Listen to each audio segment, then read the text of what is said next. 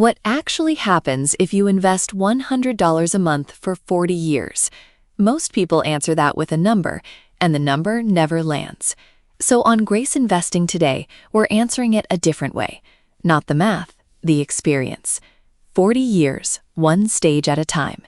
Because $100 a month feels like nothing, and that feeling is the whole problem. So let's run it as a life instead of a spreadsheet. You have $100, not $10,000, not an inheritance, not a bonus. $100, which is roughly one unremarkable weekend. And by Monday, you usually can't say where it went. It's small enough that you don't bother tracking it. But given where you are right now, it isn't so small that you can waste it without noticing. Both of those are true at once, which is exactly why nobody starts. The story begins here, not with a strategy, not with the brokerage account you researched for 3 weeks before opening. It starts with $100 and a decision small enough to be embarrassing. But you do it anyway. You set up the automatic transfer. You pick a low-cost S&P 500 index fund. You stop deliberating. Because you know by now that deliberating is the reason nothing has moved in years. You press confirm. And nothing happens. There's $100 in the account. The market falls 0.4% that day, so your 100 becomes $99.60. You still open the app 3 times before bed. That's what investing actually looks like. Not money arriving, a number sitting there, refusing to be interesting. The first 6 months, you add $100 a month, which feels like watering a plant that may or may not be alive. Some months the number goes up, some months it gives it back. After half a year, you have about $620, almost exactly what you'd have gotten from a calculator. $600 doesn't change your life, and it isn't a story you tell anyone. It just sits in the app. You've stopped checking daily because there's nothing there to feel good about. This stage is the hardest part, and it's the part nobody teaches because it's boring. 6 months of $100 is not an inspiring story. It's a habit and nothing else, which is worth sitting with. Before a habit produces results, the only thing it produces is the habit. You're training persistence. It's just that this particular gym has no mirror yet. So you keep showing up. The transfer clears, nobody applauds, nobody likes it. And in some other version of this life, you quit right here. Not dramatically. 1 month is a little tight, so you skip it. The next month you skip it again because the first skip made it easy. The balance sits there for 4 months, untouched. You stop thinking about it. You delete the app. A year later, the habit is gone. That $600 still exists. It just never grew because it was never put inside a system that grows things. And that version of you isn't lazy. That version of you is normal. This dead air stretch is where most people stop, not because they don't understand the principle, but because understanding a principle doesn't pay you anything while you wait. You didn't stop. You can't see yet what that's worth. You will. Year 1. You've put in $1,200. The account says about $1,270. The market cooperated, so you're up $70-odd, roughly 1 shift of overtime. It is not a number to be proud of, and you know it.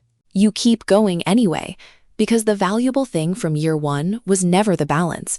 It's that you got comfortable with delayed gratification, which a lot of people never manage at all. Any month you could have spent that $100 on something good. You put it into the system instead. Not out of virtue, you just made the decision once and then refused to reopen it 12 times. That repetition is the moat, and it matters more than the $1,200. Foundations are built by repeating, not by deciding. You also learned something specific this year. Losing $100 a month didn't damage your life. The emergencies you were sure would need that money mostly didn't happen, and when something did come up, you found the money elsewhere. That $100 was never a necessity. It only felt like one. Most people never test that feeling. You tested it 12 times and were wrong 12 times. That's worth more than the $70 the market gave you. Years 2 and 3. At month 26, you've invested $2,600, and the account shows about $2,950.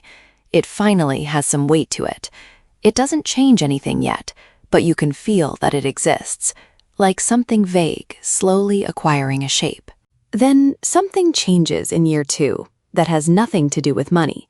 You open the app out of curiosity instead of anxiety. You're not watching to see whether you lost. You're watching to see how it earns. That's a real psychological threshold, and plenty of people never cross it. Because someone watching from fear and someone watching from curiosity are playing 2 different games with the same fund. And when a real drawdown arrives, those 2 people do completely different things. Then the drawdown arrives, because of course it does.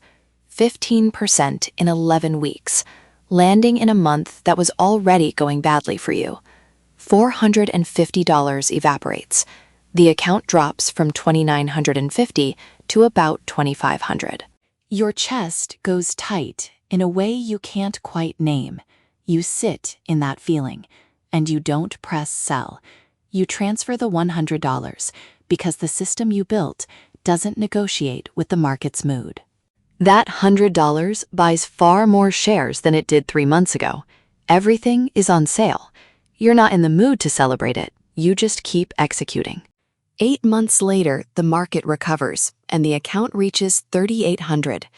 The shares you gritted your teeth to buy at the bottom are now the most valuable ones you own. The discipline you held during the worst part quietly did the compounding. End of year 3. You've contributed $3,600. The account says about $4,280, nearly $700 that isn't yours by deposit. Compounding has stopped being a concept and become a number on a screen, unimpressive and completely real. The gap between what you put in and what you have is opening. It only widens from here, and it widens faster. Eventually, the returns stop being a nice bonus and start doing serious work, like a second version of you, funding the account every month alongside the first. That second version of you is called time. Time is the only trader that never misses a deadline, never panics, and never sells at the bottom. Year 5. You're 29. 60 consecutive months. $6,000 contributed. At an 11% annual return, the account holds about $8,000. And you should push back on that 11%, because I chose the optimistic end of the range. Since 1957, when the S&P expanded to 500 companies, the index has averaged a little over 10% a year with dividends reinvested. The last 30 years land in the same neighborhood, around 10.5. Run the whole story at 10 instead of 11, and nothing about it breaks. The numbers just arrive a few years later. And any average hides real violence underneath it. Since 1980, the S&P has dropped an average of about 14% at some point inside the typical year. Not once in 40 years, inside the average year. And yet, across those 4 decades, roughly 3 years in 4 still finished positive. That's not a promise about the future. It's a record. And what the record says is that the terrifying drop and the positive year are usually the same year. So $8,000 means $2,000 more than you deposited. For context, the Federal Reserve's most recent survey of consumer finances puts the typical American household's checking and savings balance at about $8,000. So at 29 on $100 a month, you're holding an invested account roughly the size of the median household's entire cash cushion. Not because you earn more, not because someone funded you, because you started the habit and survived the parts that make people quit. The flat first year, the drawdown that made you question everything, and year 4 when you badly wanted to stop and didn't. But be honest about the number. $8,000 is not a retirement. It isn't a down payment. It's nowhere near financial independence. Anyone who wants to call it a rounding error in a life plan is technically correct. They're also missing the point entirely. The $8,000 isn't the result. It's the proof that with no windfall, no 6-figure salary, and no brilliant plan, you can build something from zero, that the system works, and that you're the kind of person who can run it. That upgrade in self-concept is worth more than the balance. The thing that compounds from here is the new version of you. 5 years in, something else has changed alongside the account, and it has nothing to do with returns. Your relationship with money has moved up a level, not because you're rich, because you can see further. You can tell where money goes now. You can spot instantly which spending turns into an asset and which spending buys you the dopamine of the checkout screen and nothing after it. You also haven't turned into a miser. You still travel. You still buy things you want. You just put those costs inside a financial system, and the system protects that $100. Absolutely. It isn't a sacrifice anymore. It's a floor. Your patience has changed too. You've seen a bull market's euphoria and a bear market's fear, and your reflexes are different now. You don't join the noise, you watch it. A sea of red on a random Tuesday tells you about today's emotions and nothing about your future. Today ends. The version of you that matters doesn't care what happened on that Tuesday. Even how you talk about money is different. When other people discuss investing, you're listening for different things because you have a framework you actually paid for in real money and real drawdowns. When a friend says he's still waiting for the perfect entry point, you don't lecture him. You remember that hesitation exactly. You say one true thing, and you go back to what you were doing. There's a harder part to this, and it's distance. A gap opens between you and the people around you who aren't accumulating anything. Not because you're better than them, because your priorities are no longer the same, and that difference shows up nakedly in the small daily choices. Stack up enough small choices, and you get two entirely different trajectories. Sometimes you notice it, and it registers as a loneliness you can't really explain to anyone. You're walking in a clear direction, and the people beside you aren't necessarily coming. It's only when you eventually look back that you realize how far you've come. Year 10. You're 34. 120 months. $12,000 contributed. The account holds about $21,900, roughly $9,900 more than you put in. Now the system starts to show real force. In this last year alone, your assets earned about $2,200 while you did nothing. That's not a raise, that's not a side job. That's 10 years of savings working on your behalf. This is the concept every financial literacy course tries to hand you, but no amount of hearing it does anything until you watch your own money do it. Your annual investment return is now approaching your annual contribution. You put in $1,200 a year. The market, working on the pool you already built, generates the equivalent of about $180 a month. Your money is printing money. Not fast enough to fire your boss tomorrow, but the machine is real, and it's speeding up. Which is worth pausing on. $100 a month built this, and over 10 years, what exactly did you give up? You didn't move back in with your parents to save money. You didn't work yourself into the ground with 2 jobs. You didn't become a joyless hoarder in service of a spreadsheet. You declined $100 of spending a month. For that, 10 years later, you have $21,900, and it's now growing faster than you're feeding it. By this stage, the habit isn't discipline anymore. You don't experience it as persistence. It's just part of who you are. Year 20. You're 44. 20 years, $24,000 contributed. At that 11% average, the account is around $87,000. $63,000 of that is not your money. The gains are now more than 2.5 times what you put in. And notice what you never did. You never called a top or a bottom. You never found a 10-bagger. You had no mentor, no inheritance, and no lucky break. Your entire hand was $100 a month and 20 years. Give compounding enough runway, and the system does the work by itself. $87,000 is a genuine asset. It buys you options you didn't have before. And if you want to play a bigger game, it's a solid platform to launch from. But here's what people miss at year 20. The real acceleration hasn't happened yet. Asset growth isn't a staircase, it's a snowball, and the exponential part is only now becoming visible. Look at the trajectory. Year 1 earned about $70. Year 10 earned $2,200. Year 20 earns roughly $9,000 annually. You contribute $1,200 a year, the system generates 7 times that on its own. The machine is now the majority shareholder in your financial life. You're in the passenger seat. And all of it traces back to one Tuesday night 20 years ago, in an apartment you moved out of long ago, when you transferred the first $100 from your phone. Year 30, you're 54. $36,000 contributed. The account is around $283,000. Time, discipline, and compounding created $247,000 that did not previously exist. You didn't earn it by cutting corners on your life. You didn't earn it by destroying your health. You didn't win it. You did one boring thing every month for 30 years without breaking the chain. At 54, if that $283,000 keeps earning 11%, it generates about $31,000 a year on its own, without touching the principal. That's roughly $2,600 a month. A machine built out of spare change now throws off close to an ordinary monthly paycheck, and you're still a decade from retirement age. Year 40, you're 64.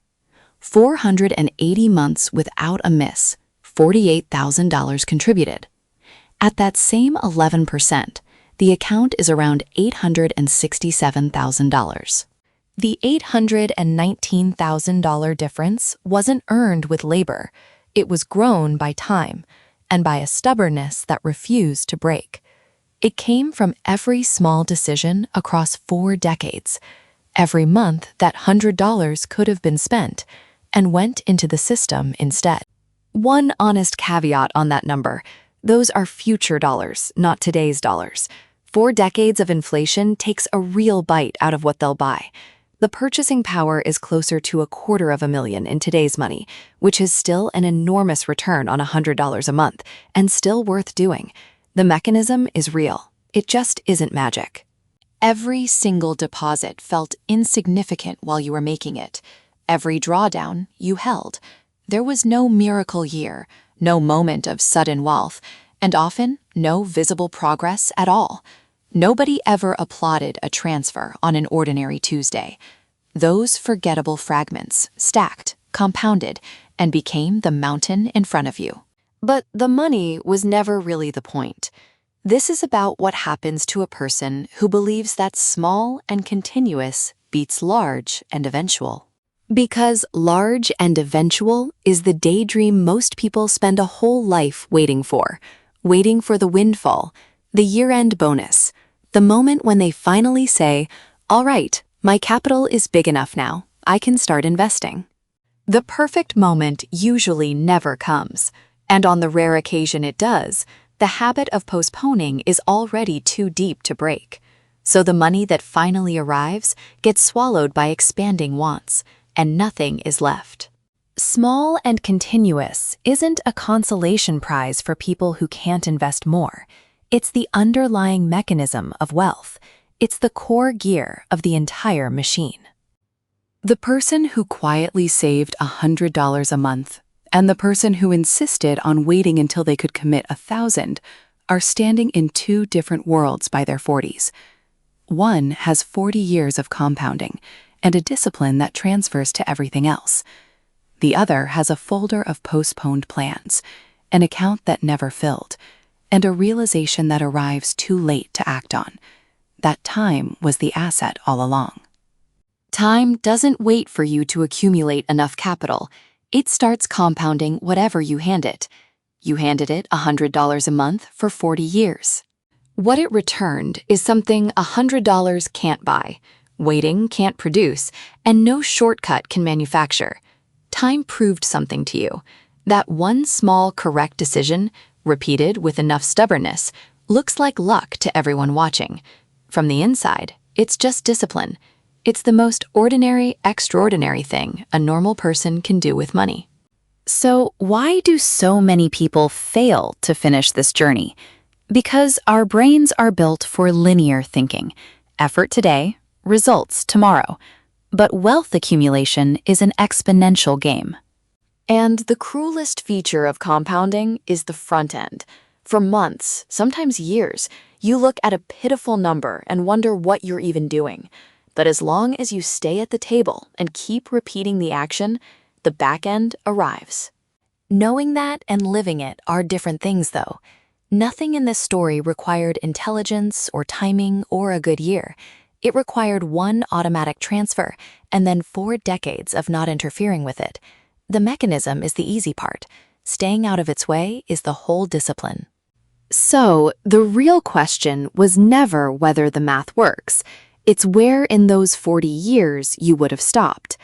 Tell me in the comments. Hit subscribe if you want more like this.